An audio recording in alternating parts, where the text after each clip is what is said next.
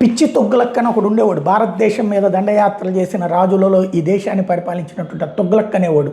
గడ్డం పెంచుకుంటే పన్ను, గడ్డం పెంచకపోతే పన్ను, జుట్టు పెంచితే పన్ను, జుట్టు పెంచకపోతే పన్ను, జాకెట్ కట్టుకుంటే పన్ను, జాకెట్ విప్పితే పన్ను, ఇట్లాంటి దిక్కుమాలిన పన్నులతో వేధించినటువంటి కారణంగానే వాడిని పిచ్చి తొగ్గులక్ అన్నారు. ఇప్పుడు అమెరికాకి కాకుండా ప్రపంచం మొత్తానికి అమెరికా అధ్యక్షుడు ఒక పిచ్చి తొగ్గులక్లాగా మారాడు. ఇరాన్ నుంచి కొంటే 25%, రష్యా నుండి కొంటే 50% పన్నులు అంటాడు. వీళ్ళే మళ్ళీ రష్యా దగ్గర కొన్నవాళ్ళ దగ్గర నుంచి కొంటారు, ఇరాన్ దగ్గర నుంచి కొన్నవాళ్ళ దగ్గర నుంచి ఆయిల్ కొంటుంటారు. నాటకాలు మాత్రం ప్రపంచానికి నీతులు చెప్తూ ఉంటుంటారు.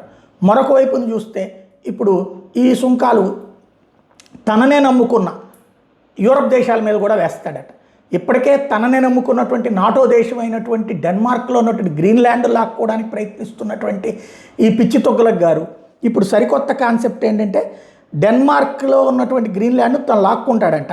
దానికి అబ్జెక్షన్ రైజ్ చేస్తున్నందుకు గాను Denmark, Norway, Sweden, France, Germany, Britain, Netherlands, Finland వీళ్ళందరి మీద 10% సుంకాలు వేస్తాడట.